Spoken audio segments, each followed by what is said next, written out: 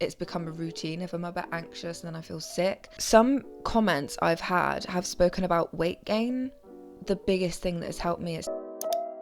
Hello everyone and welcome back to my channel. So today I wanted to go off the back of my antidepressants videos. I also have touched upon it in some of my recent vlogs. Not how I'm getting on, but how I managed to get on through the symptoms of sertraline, the side effects, should I say, of the sertraline medication. Now, some people get on really well with the side effects of sertraline, but coming from a place of someone who is quite health anxious and health conscious, the side effects of sertraline was a massive thing for me, and it was really important that I made sure I was caring for myself when I was first starting sertraline.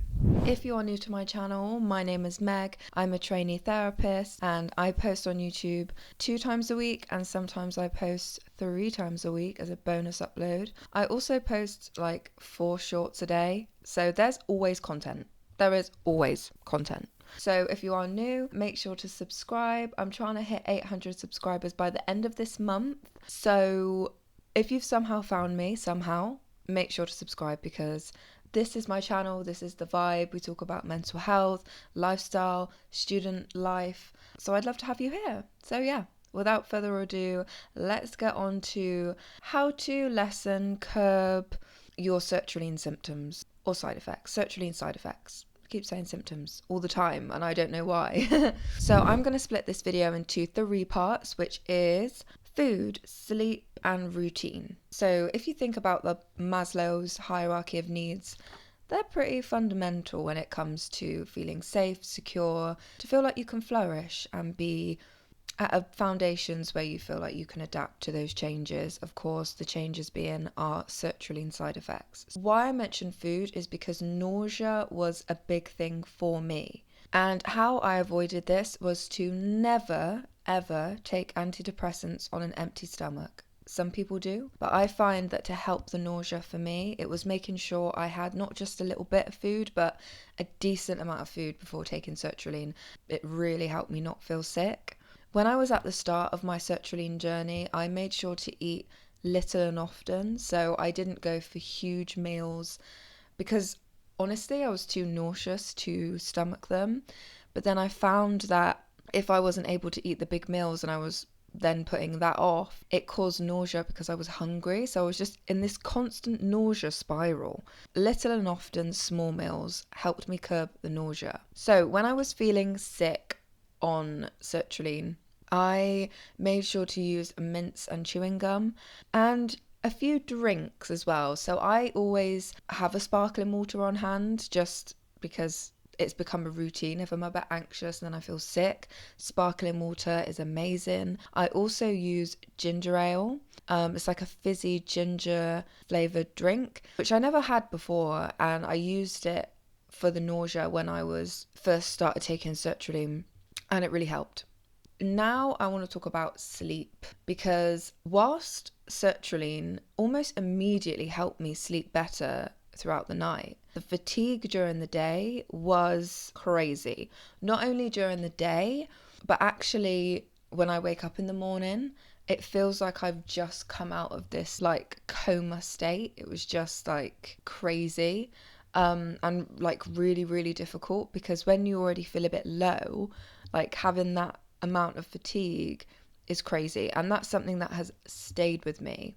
Over the past week and a half, I've started taking my sertraline at night time before I go to bed, and I find that when I wake up I'm not as tired. I think for some reason that seems to be helping. So I would say that from my perspective, trying to take it at different times has definitely helped my fatigue. Obviously getting enough sleep helps a lot. I think that getting enough sleep but getting the right amount of sleep, how I feel is all of these kind of fundamental principles like sleep, food, and routine, they're made a little bit more sensitive, and things maybe have to be a certain way a little bit more when you're on sertraline because you become a little bit more sensitive to things. Not an issue, it just means you need to adjust a little bit.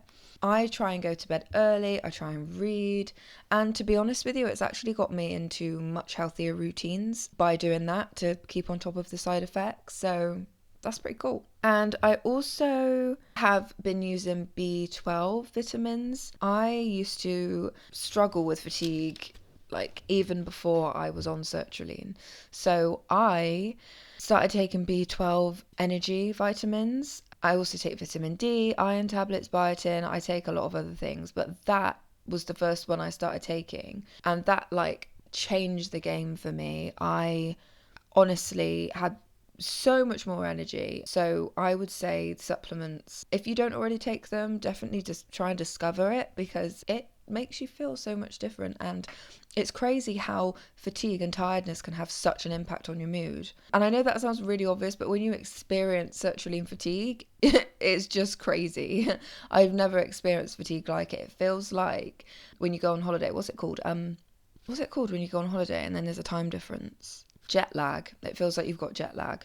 The tiredness is like the main thing for me, and of course this is where like routine comes in with sleep and food, and it's kind of all intertwined. The biggest thing that has helped me is taking my tablets at a different time in the day. I've had a lot of questions on my previous videos about antidepressants. Are you going to go up a dose? Are you going to go higher? And I think maybe I will, but I kind of want to give the 50 milligram a good run before I start jumping into anything else. There are so many people that ask so many questions about sertraline, and I had a conversation with a friend yesterday who said that they weren't told half the things that I know about sertraline because I've researched it, because I talk about it on my channel. And it's like, whoa, like I know that people read the back of these things and whatever, but what the research shows is different from the pamphlet.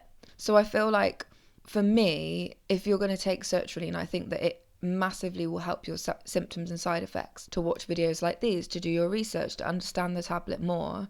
And you're already doing this by being here, of course. Like, not saying I'm the beacon of sertraline knowledge, but it, you know, it shows that you want to know more, which is important. So I think keeping an open mind is the best thing when you're taking sertraline, alongside how to alleviate the symptoms. Knowledge is power. It's also important for me when I have been on this sertraline is to make sure I'm drinking a lot of water, because sertraline and like other antidepressants can dehydrate you. Now, this is something that I don't believe is in the pamphlet. It might be in the pamphlet when you get the medication. I don't know, can't remember. What I hear people talking about, I don't hear people talking about it that much. And I saw this thing on TikTok where people were saying they find a correlation between summer and their side effects getting worse because the sertraline dehydrates you. So that's why if people drink alcohol when they're taking sertraline, the hangover is so bad. Alongside the fact that obviously the psychological aspects of alcohol, but also biological, how your body is taking the alcohol and the sertraline. So be careful with alcohol and sertraline. I wouldn't recommend drinking on sertraline, to be honest with you. You'll not only get really drunk really quick, the hangover the next morning is like crazy, absolutely crazy. And I don't even need to drink that much, and I'm like, feels like I've drank so much. I've only had 3 Prosecco's, but I have a hangover, like I'm hungover. And it's just not worth it. Like, it is just not worth it. And I think some people say, I want to live my life normally. I want to do this. I want to do that on sertraline. And I think like you can live your life normally. It's just what you're willing to sacrifice and how you're willing to engage with the medication. You're not meant to drink on sertraline, and that is why a lot of people, I don't know if I saw it in my comments or someone else's comments, about like sertraline blackouts when you've been drinking alcohol. We don't want to go there. Do you know what I mean? So even though sertraline should be normalized, it is still a tablet that you're taking, and we need to be careful with it. The side effects will worsen if we are kind of doing things on the tablets that we maybe shouldn't be doing. And if you're prepared for that, it's your own life. We have to appreciate like the medication we're on and the impact on our bodies and what's going on in the inside as well. Some comments I've had have spoken about weight gain. Now, I have felt like my appetite has increased. I'm not gonna lie. I would usually be so anxious to eat out and about with friends. Just the pressure of like the environment. I've actually felt like I've been able to eat a little bit more because I would eat not a lot anyway, really. If I was anxious or whatever, the sertraline's allowed me to maybe eat a bit more normally in a more normal amount because the anxiety's less, so I'm able to eat more. Now, I haven't yet experienced weight gain to my knowledge. I don't weigh myself, but I don't feel like I've put on any weight. It kind of links with my point about vitamins is when we feel low on energy, we can feel like we need food, we need fuel. So if we have like a moderate amount of energy throughout the day, we're not going to be reaching for those sugary spikes. So I would recommend taking those vitamins if you're worried about weight gain. But also, weight gain it depends on like your level of severity and, you know, blah, blah, blah. But at the same time, if I put on some weight, but I'm feeling better, like, is that a sacrifice I'm willing to take? Yeah, actually. So it goes again back to this sacrifice.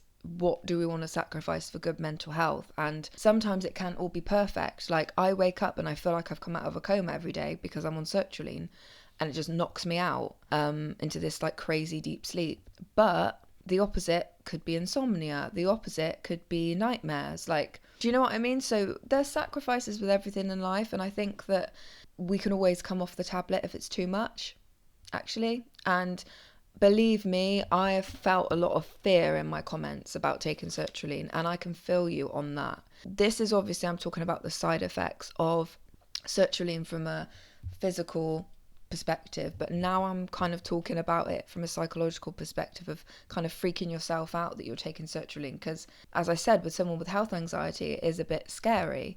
You can overthink it. That is what I did. I was like, nope, not going on sertraline. I put it off for years, to be honest, because I was like, nope, I'm fine now. And then it'd be like, nope, now I'm like constantly panicking again. My dad getting diagnosed with a terminal illness was like the last straw for me. And I thought I actually need a little bit of extra help now. It's okay to be fearful of it. I resisted it for a while. And if it has got to that point where you don't think you can resist it anymore, listen to that. The more we resist, the more we'll struggle. So whilst I've mentioned physical and how we can overcome the physical symptoms like sparkling water, for feeling sick, how we can get over our fatigue, how we can get into a better routine. Sertraline's got me into a better routine with especially sleep. Like, I can sleep quite well now. With all that being said, that doesn't dismiss from the psychological processes that we're going through when we're about to take sertraline. And believe me, it really freaks me out. But I've done it. I think there's this kind of thing that sertraline will completely change you, and what if this and what if that. It will not. Sertraline doesn't change your personality. It just dies down the chronic anxiety or depressive symptoms. I think that's something to keep in mind, and I am so glad that I battled through the side effects. And for me, they did last about 3.5 weeks, and then it slowly died down. For me, it wasn't like they're here and they're gone. It was they're here, I'm really here right now, and then it slowly like decreased. So it is a bit of a whirlwind. I'm glad I did it. I hope that this video has given you a bit of an insight, a bit more into sertraline, how, if you've started taking it, how you can kind of curb those main symptoms, and what we do with the worry about the symptoms, and the symptoms, I keep saying symptoms, the side effects. What do we do with that worry? Is it worth it? That's your decision. So I also got a few questions about, I kind of wanted to discuss sertraline again, and also trickle in a few easy, simple, right, I feel sick. Literally, I would feel sick and I would drink ginger ale and it would be gone. The nausea would be gone instantly. So if you've got any tips down below, let's try and create some tips for the side effects that might be like a specific food for nausea, or a certain routine for fatigue, or weight gain. make sure to comment them below, and I will comment replies on all of them, as I always do. Yeah, I thought it was just another good video. I feel like, you know, when you feel like you're not done, I feel like I wasn't done talking about sertraline, and I wasn't done. There were so many things that helped me with my side effects for sertraline, and I just wanted to share some of them with you today. So if you would like more content like this, make sure to leave me a like so that I know you liked this video and you found it helpful. I know that there's a lot of people that watch my videos that are silent viewers, and don't get me wrong, I'm a silent viewer when it comes to YouTube, but break your silence, pop me a like and a comment if you're feeling crazy, because it really helps my channel out. More than you will ever know. Thank you again for supporting my channel and watching these videos and helping me help you, and you're helping me spread awareness, and that's what helping all of us, you know. So yes, I will leave it there for today. Thank you so much for watching. Make sure to like, comment and subscribe. I will see you in a couple of days for another upload.